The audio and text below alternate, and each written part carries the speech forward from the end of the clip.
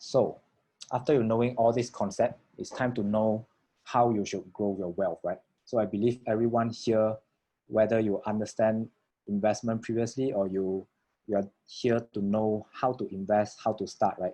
This is actually what you are anticipating for. So how do you grow your wealth? So obviously, to grow your wealth, I will be focusing only on investment in this session. So what is investment? Before you invest, you should understand what is the so-called investment, right? So to give you a very short and simple and sweet answer, to invest is to allocate your money now, today, and you're expecting for some benefits or some return in the future.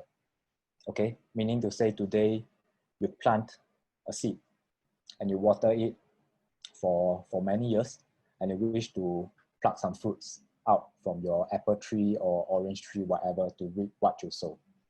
Okay, so why should you invest if you know what is investing already? And I'm quoting Warren Buffett here. If you don't find a way to make your money while you sleep, you will work until you die. Okay, so if you are just working and you are not letting your money to grow or work harder for you, you will find it very dangerous as your age grow, and your money is not accumulating as much as you hope for, as you plan for your retirement or for any of your long-term life goals. All right, so everyone in this room should know the importance and should start to make investment if you can. So if investment is so great, right, how do I get the returns from investing? So I'm splitting here 3 types of returns that you can get from investing, be it stocks, be it bonds, be it ETF, mutual funds, etc. So the 3 main pillars are interest, dividends, and capital gains. So interest works similar like bank, right? So you put a certain amount of money, and from time to time they will pay you back certain amount of interest. And interest here works for bonds as well. So bonds is basically another form of investing, but by lending some amount of money as debt. Okay, and with that amount of money you lend to an organization, they will pay you back interest rate from time to time. And that's actually how you build a fixed income investment from there. So second will be dividend. So people are talking about stocks like dividend paying stocks or growth stock. So dividend paying stock will be more like companies that are larger in terms of their market cap, and they are growing more steadily, not booming very much in terms of their stock price, but they are making well and they are willing to pay certain amount of what they are earning back to the investors. So the amount they are paying back to their shareholders are actually called dividends. So if you collect dividends with a significant amount, you can actually use that as your fixed income investment as well. So capital gains here, capital gains should be the most familiar one for every one of us here. So if a stock market today grows in terms of their stock price, you will generate certain amount of gain in what you have invested. And that amount of gain is actually called your capital gain. Okay, so these 3 here are the major ways that you can get your returns back from your investment. And things to take note here is that some of them may have incurred some tax on you. Say capital gains on certain investment, you need to pay a certain amount of tax for capital gain tax, etc. So let's go in a bit more deeply on types of investment we can go for. All right. So let's look at the one on the left first. So this is provided by Oral Wealth. All right. So there are 5 main types of investment you can make. First will be bonds. Second will be equity stock. So meaning buying a stock of a company or shares of a company. So you can also invest in mutual funds. You can also put your money to buy some property and make investment in real estate, or you can buy gold, which is quite a hot topic in 2020, to invest in commodities like gold, oil, silver. So commodities you can see as investment that has a physical goods, all right? So on the right hand side here, we can see that this pyramid actually tells you the different risks that is associated to different types of investment. So we have this low risk category here.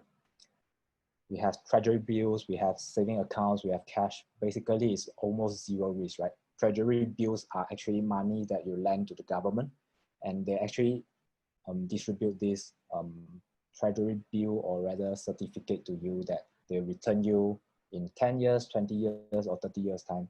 And some will pay you interest, and some will just return the money to you, things like that. So moderate risk, we have our stocks, our mutual funds, our debts and bonds.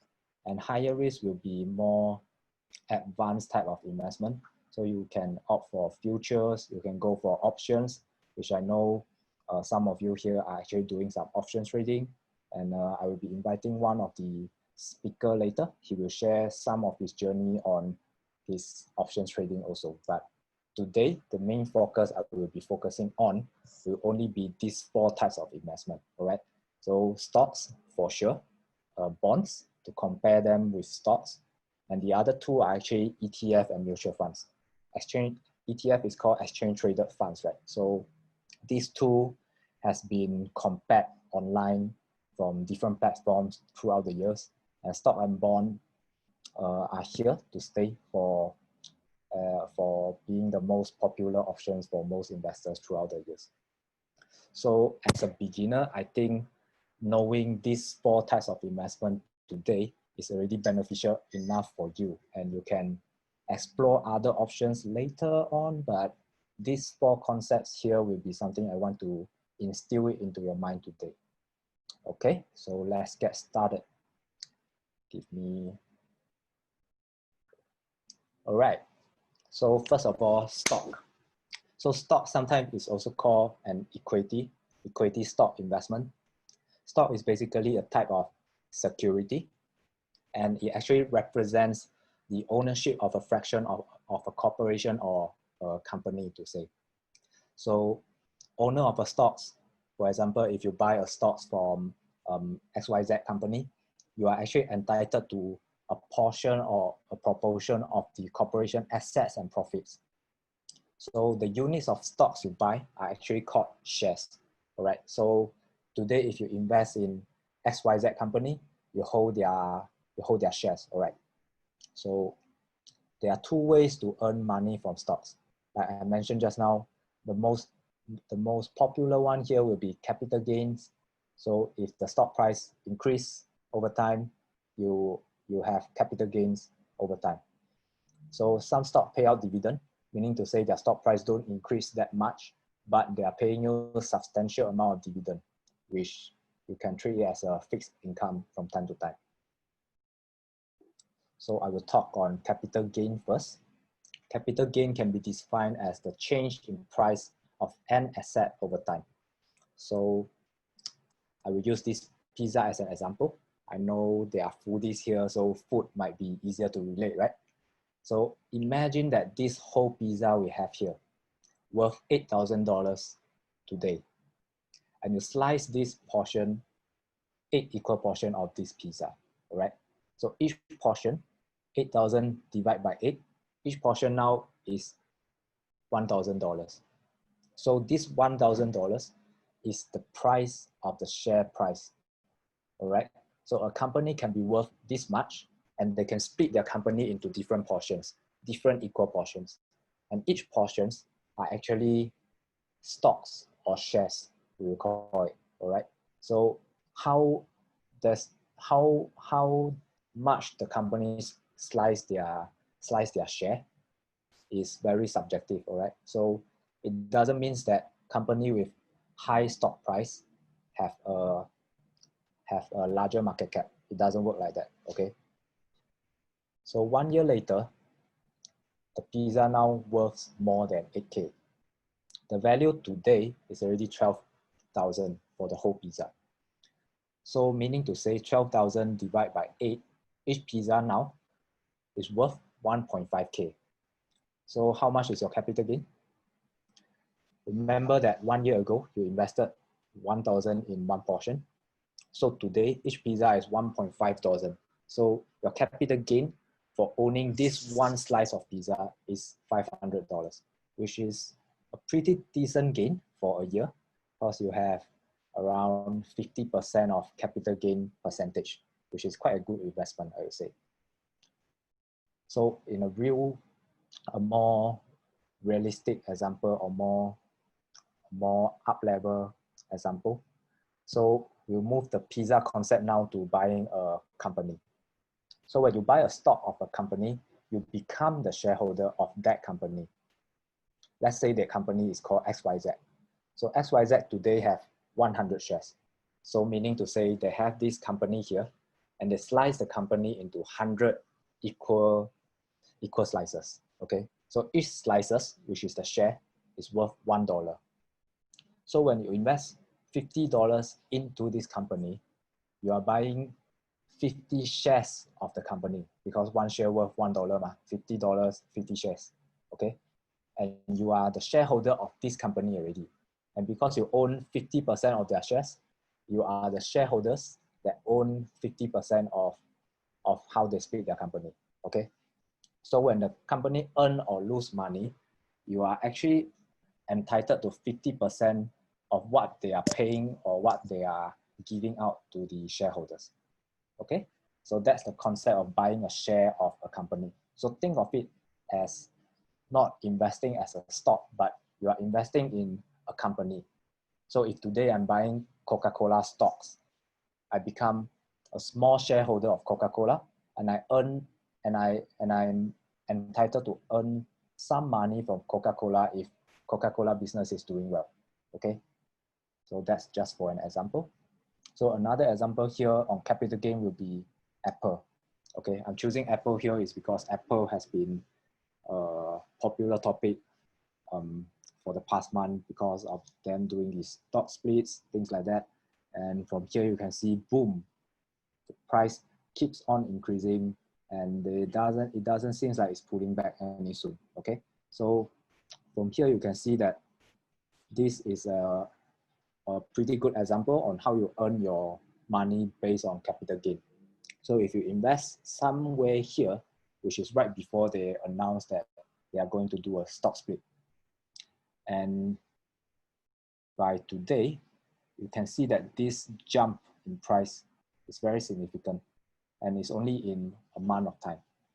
So yep, that's how you gain your money or earn your money by investing in stocks or company that have high growth in stock price. So in the long run, you earn what you benefit from this increase in stock price as capital gain yield.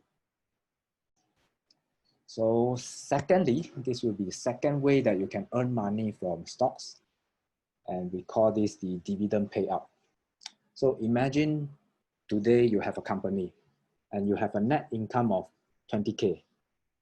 So for this 20K, you would want to retain 15K of that earning for other purposes, and you are willing to give out 5K of your net income earning to your dividend, to your shareholders, sorry, all right? So 5K of 20K is actually 25% of what you are earning. So the dividend payout ratio here is 25%, which is quite generous, I would say, for a company. So what are the types of company that are willing to pay dividends? So as I mentioned, dividend paying companies usually don't grow so fast in terms of their stock price because they are more well established. They don't expand their business as quickly as others. They are usually utilities industry or maybe bank industry, things like that.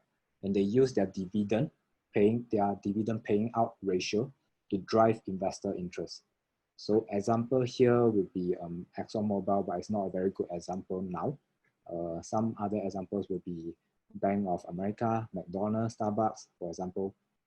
So non-dividend paying companies or stocks, they are more new, they are more fresh, they grow more rapidly, and most of the time they are technological driven.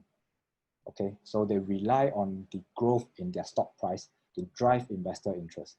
So two very different pillars. One, they grow very fast. They attract your interest by growing their stock price. The other, they are very established already. They don't grow very fast. So how they attract you to invest is that they pay you certain amount of money that they earn from their income to you. Okay, so these are two ways that you can invest in stocks and to grow your wealth. So dividend paying out process. First of all, investor will purchase shares from the dividend paying company. So for say today I buy XYZ company. XYZ company is paying out dividend. So I'll buy one or more shares from them. And the company will evaluate their performance in terms of whether are they making money every quarter, all right? So every end of the quarter, they should have a quarter earning release. And the company will announce and tell you how much dividend they are paying for what they earn in this quarter. So after that, there will be a dividend payout date, which all the investors that are entitled to receive the dividend will be paid, and it will be paid into their either bank account or they can reinvest that dividend. So those are two types of way you can classify your stocks, okay? In a more general sense, capital gain stocks, which are fast growing stocks. The second will be dividend paying stocks, which are not growing so fast, but they are doing okay, they are making some money, and they are willing to pay some money to you as a shareholder, okay? But there are also many different types of way that people classify stocks. So things like blue chip stocks, 蓝筹股, has been very popular for people who talk about stocks. Just buy blue chip stocks, no problem, okay? People will be telling you things like that. Income stocks, things like dividend stocks, they pay certain amount of income to you from time to time. Growth stock, they grow very fast in terms of their stock price and their business. Tech stocks, capital, people also classify stocks based on their capital, how much is their market cap, how much money they are capturing from the market. Some are smaller cap, some are mid cap, and small cap, if they are doing well, you expect them to grow faster in terms of business, right? So defensive stock again, when you see the word defensive, it means that it's not so aggressive or volatile in the market, right? So their price don't grow as much, but they don't drop as much, okay? So most defensive stocks are paying dividend to attract you as well. So cyclical stocks, imagine it as a sine wave, okay? So there are times that it will do very good when the economy are good, or maybe a certain period of time, like say pandemic, COVID hits. So maybe some fields like e-commerce and healthcare, they will do better in this period of time, okay? But when there's nothing special, some stocks will fall back down, okay? So cyclical stocks, their stock price move similar like a sine wave. Yeah, this is a bit more harder to understand compared to other stocks, all right? So there are also speculative stocks, meaning to say stocks that only attracts a lot of traders, and people are actually speculating for a spike in terms of the price. So a lot of examples can be from the cannabis stocks, if I can say so. So price in cannabis stocks, they don't really grow steadily from day to day. They can be quite stagnant throughout the time. But if there's an earning release or certain news that benefits the stocks or not so beneficial to the stock price can go up 2-digit in 1 or 2 days, or drop 2-digit in 1 or 2 days. So those are more speculative type of stocks. Okay, so that's all for stocks now. So next I will be talking about bond, and I will compare bonds to stocks, all right? So stock is a security. You buy a certain portion of the company and expect to make money, be it from capital gain or be it from dividend. But bonds are different, okay? Bonds are actually debt instruments which you don't own the company, but you lend your money to a company, organization like government institution, etc. And when you lend that money to company or government institution, you are actually expecting a fixed rate of return, meaning interest, or we call it coupon in bonds. Okay, so bonds, you can imagine it as a legally sophisticated IOU, which can be actually traded between investors. So how does bond work? So imagine you are this investor here, and your capital that you are giving as a bond will be regarded as a loan instead of buying a portion of the company. So in this scenario, we are lending out our company as a loan to one of the bond issuer, which let's say is a government of a country or a certain company that are trying to borrow money from you. So once you issue the capital to the bond issuers pay interest rate regularly from time to time. And these interests are actually called coupons, bond coupons back to you. So you can treat this as a fixed income investment, all right? So in a traditional bond, there is coupon, which is the interest rate you receive from lending your money. And it is paid in fixed intervals. Some can pay you monthly, some will pay you quarterly, yearly. Yeah, you get the idea. So the greater the risk of your bond, the higher amount of coupon, meaning higher interest rate you get if your bond is more riskier. Okay, so similarly, bonds with longer lending period of time tend to have higher amount of coupon. At the maturity date, which is the date that this debt or loan will expire, which marks the end of the term of the bond, there is a legal obligation for bond issuers to repay the principal amount of invested. So how does this work, right? So I'll give you a very quick example. Today you buy a bond at $1,000. So the maturity date for this bond is 10 years, for example.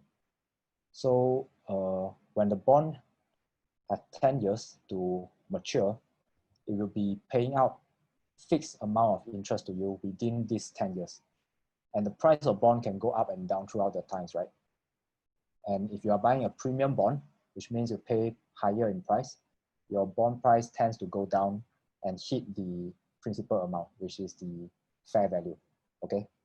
So there are different ways to play around with bonds. You can buy bonds that are higher than the par value and collect the interest rate, right? And you sell the bond certain times from within that time frame before it matures, or you can hold it all the way to it matures and you collect back the principal amount you invested.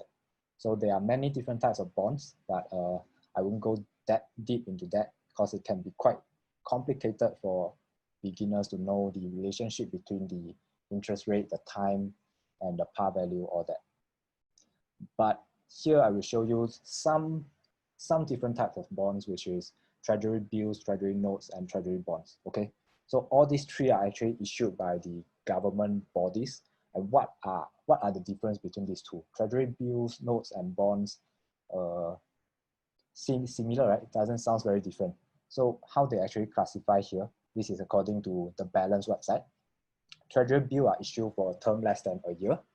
Treasury bonds are terms of 30 years, and treasury notes are issued in different terms, say 2 years, 3 years, 5 years, and 10 years. And the years I mentioned here are years to maturity, meaning to say if I'm buying treasury bills here for less than a year, they are expected to pay me back the amount I invested, which is the principal, less than a year. And I will collect the interest rate within that period of time frame. Okay, so this is the complicated relationship I mentioned about bond price versus time versus investment rate. So you have a premium bond, which you pay a higher price than the fair value of your bond price, and the price will go down eventually. You have your discount bond, which you pay a lower amount of your bond price, and your price goes up eventually and hit during years of maturity. And when interest rates go down, right, when interest rates go down, right, prices tends to go up. And this is the relationship we see in bond market. So with a lower interest rate, newly issued bond yields less than old bonds. So the price of those old bonds go up until the yield are the same. Okay, so again, these two graphs are actually interlinked, and this will be the most presentive way to understand a bond. Okay, I'm not the perfect person to answer questions of you have to bond price, but if you have any questions on this session, you can type it in the chat box later, and we will try our best to answer you on this relationship. Okay, so advantages and disadvantages of bonds. So if you are buying a bond investment, you have the advantages of receiving income throughout the payments. You hold your bond to maturity and you can get your principal back. You profit if you resell the bond at a higher price. But the disadvantage of a bond is that bond tends to pay out a lower return than stock. Okay, so if you invest the same amount in bonds and stock tends to outperform bonds. And this is because bond has a slightly lower risk than stocks, because if a company goes bust, they are entitled to pay bondholders back their money first, then only they will settle for stockholders. Okay, but having that said, companies can also default on your bond, and bond yields can fall over time. So after we covered stocks and bonds, which is quite a lot of info, I know, I will give a basic comparison between stocks and bonds. So stocks, you are buying an ownership of a corporation, a company that you are interested of to generate some wealth for you. Bonds, on the other hand, you issue some amount of money you have as a debt, and they promise to pay you back with the principal amount and with interest throughout the time. So who are the issuers? Stocks are usually corporates, companies. Bonds can be from government, from financial institutes, from companies, all right? So if you buy a stocks, you are a shareholder. If you borrow your money to government or companies, you are a bondholder. Returns from stocks are paid in a form of dividend or their capital gain yield, as I mentioned. Bonds, they pay you by interest payment, which are called coupon payments. And the risk level for stocks is higher because it's depending on the performance of the company, but bonds have lower risk because they are prioritized to repay bondholders than stockholders. So risks that are associated with stocks are market risk, business risk, and bonds are affected by interest rate risk, inflation risk. The benefits that you have as a stockholder is that you get the right to vote for something that is happening in the company, and you have the shareholder rights to speak up if you want to. But bondholders also get the preference in terms of the repayment and also in liquidation. Okay, so these are the main difference between stocks and bonds, and I would say both have their own strengths and their own weaknesses. So if you ask me personally, I will be more inclined to invest in stocks when I'm at my age now, because I still have time to build up my wealth, and I will be looking more on wealth acceleration or wealth building.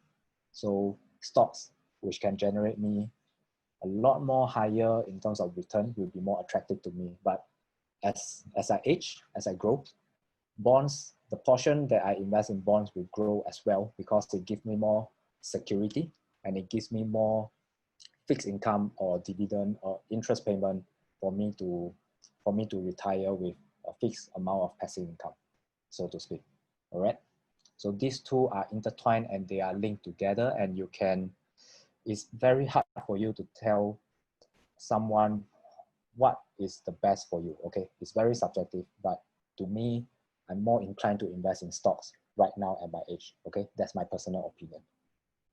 So after we compare stocks and bonds, I will be comparing these two instruments, which are called the ETFs and mutual funds.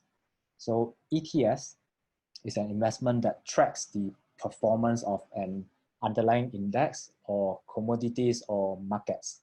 All right. So what do I mean by that? So ETFs, you can imagine it as a pool of fund, all right? And that pool of fund, with the money you put in, let's say I invest $100, and with that $100, I can easily buy all the 500 stocks that are listed in US, or I can buy gold, or I can buy a certain amount of certain portion of industry like tech industry, consumers industry, things like that. So there are different types of ETFs. The most popular one are index ETF. So they are designed to track a particular index. So index is basically index basically tracks the top 500 to top performing companies of a country basically. So for US, we have 3 different indexes. One will be the S&P 500, which tracks the top 500 companies of US. And we have the NASDAQ. NASDAQ tracks mostly on the tech stocks. And we have the Dow Jones 30 indexes as well. So if you are buying an ETF that tracks index, let's say you are buying SPY, for example. So SPY actually is a kind of ETF that tracks the performance of S&P 500. What do I mean by track? So when I say track, if S&P 500 grow 30% this year, so SPY should be expected to grow close to 30% this year as well. Meaning to say, with the small amount of money, you can actually invest in ETFs to buy all the 500 or 30 or 100 companies that are within the index itself, if you are buying an index ETF. Okay, so second will be commodity. So commodity are things like they have physical goods, right? So you have gold, you have your oil, you have corns, you have silver, copper, etc. So if I'm buying a commodity ETF that deals with gold, for example, I can buy SPDR Gold ETF. And with that ETF, I'm actually investing into gold industry, gold commodities, not industry, sorry, gold commodities. So this gold ETF actually tracks the gold price.